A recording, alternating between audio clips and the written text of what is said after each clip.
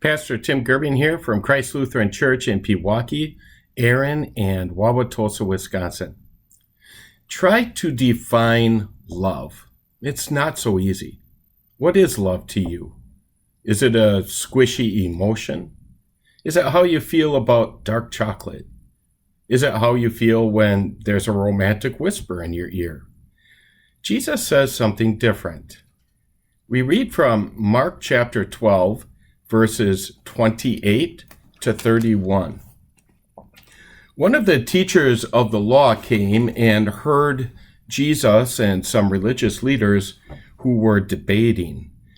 And noticing that Jesus had given these leaders a good answer, he asked Jesus, "Of all the commandments, which is the most important?" Jesus answered, "The most important one is this. Hear, O Israel, the Lord our God, the Lord is one. Love the Lord your God with all your heart and with all your soul and with all your mind and with all your strength. And the second is this, love your neighbor as yourself. There is no commandment greater than these."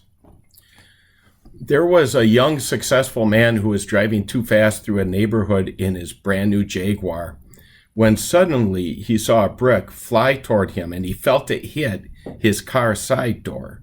He slammed on his brakes, he jumped out of his car, and he grabbed the nearest kid and he started screaming at him. "Who do you think you are? You think this is some kind of joke? Do you know how much damage to my car that's going to cost me?"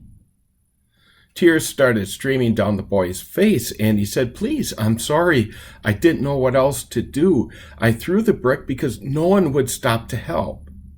And then the boy pointed to a spot that was just around a parked car where there was a child lying on the side of the street with a wheelchair laying on its side next to him.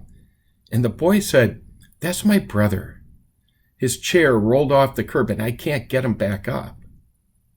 Well, the man felt ashamed, and immediately he helped that handicapped boy. He also never bothered to repair the dent in his door. He wanted the reminder to not go through life so fast that someone has to throw a brick at you to get your attention. Too many Christians think of religion as following a list of thou shalts and thou shalt nots.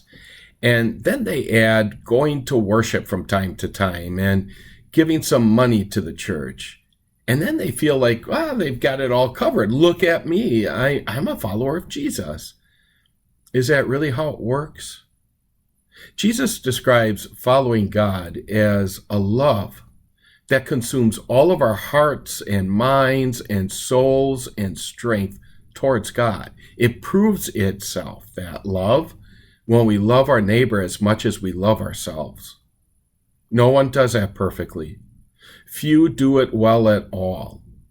True love is always a reflection of faith in Jesus. It's a response to Jesus' love for us.